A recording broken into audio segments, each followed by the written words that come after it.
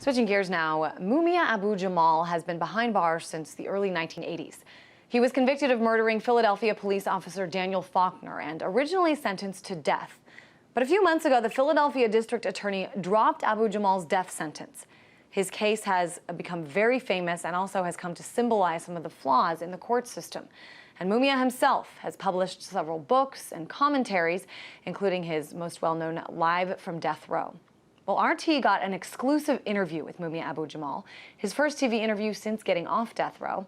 RT correspondent Anastasia Churkina conducted that interview, which airs tomorrow. But she's in our New York studios to give us a little preview.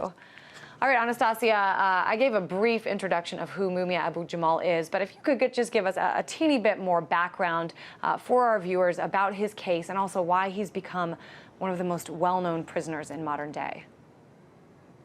Well, Christine, Mumia Abu Jamal has so many different names to him. He's known for so many things. Some people, of course, there are those that do see him guilty in this murder, but he has countless supporters all over the world, not just in the United States, but in Europe. He has a street named after him in France. He's an honorary award-holding member and citizen in over 20 cities.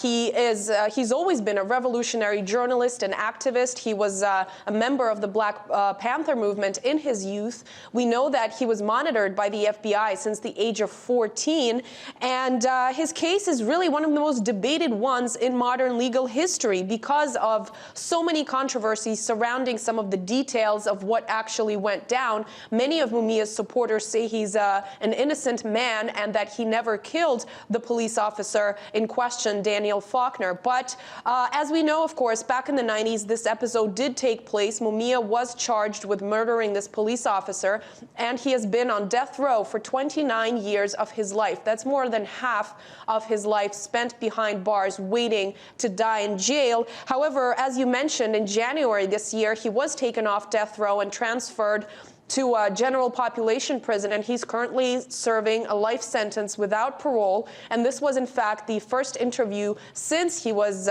taken off death row with a news outlet, and he spoke with us earlier today.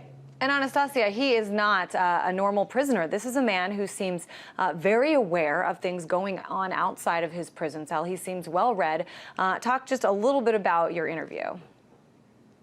Well, that's absolutely true, Christine. Of course, Mumia has weekly commentary radio publications and addresses that he posts every week. He's written 6 books.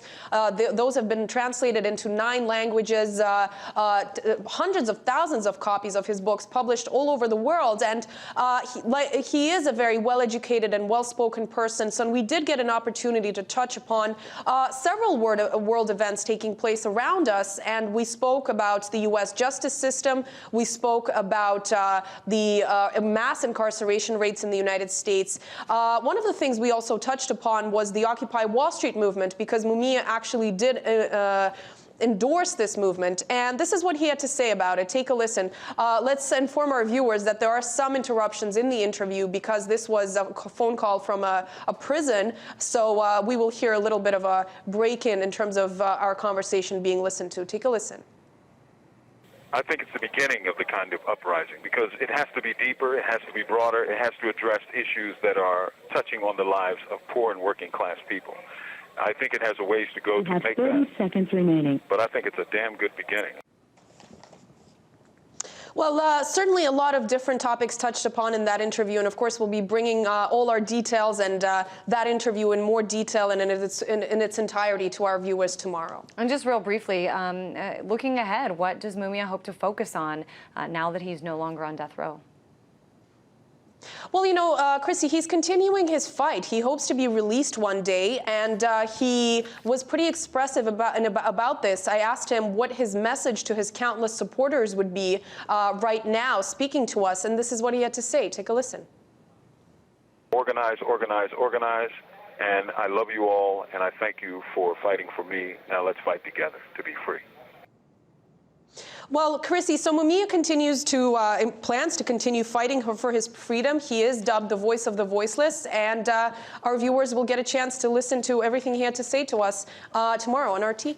All right, and we will look forward to that. Certainly a good get for an interview. RT correspondent Anastasia Churkina in New York.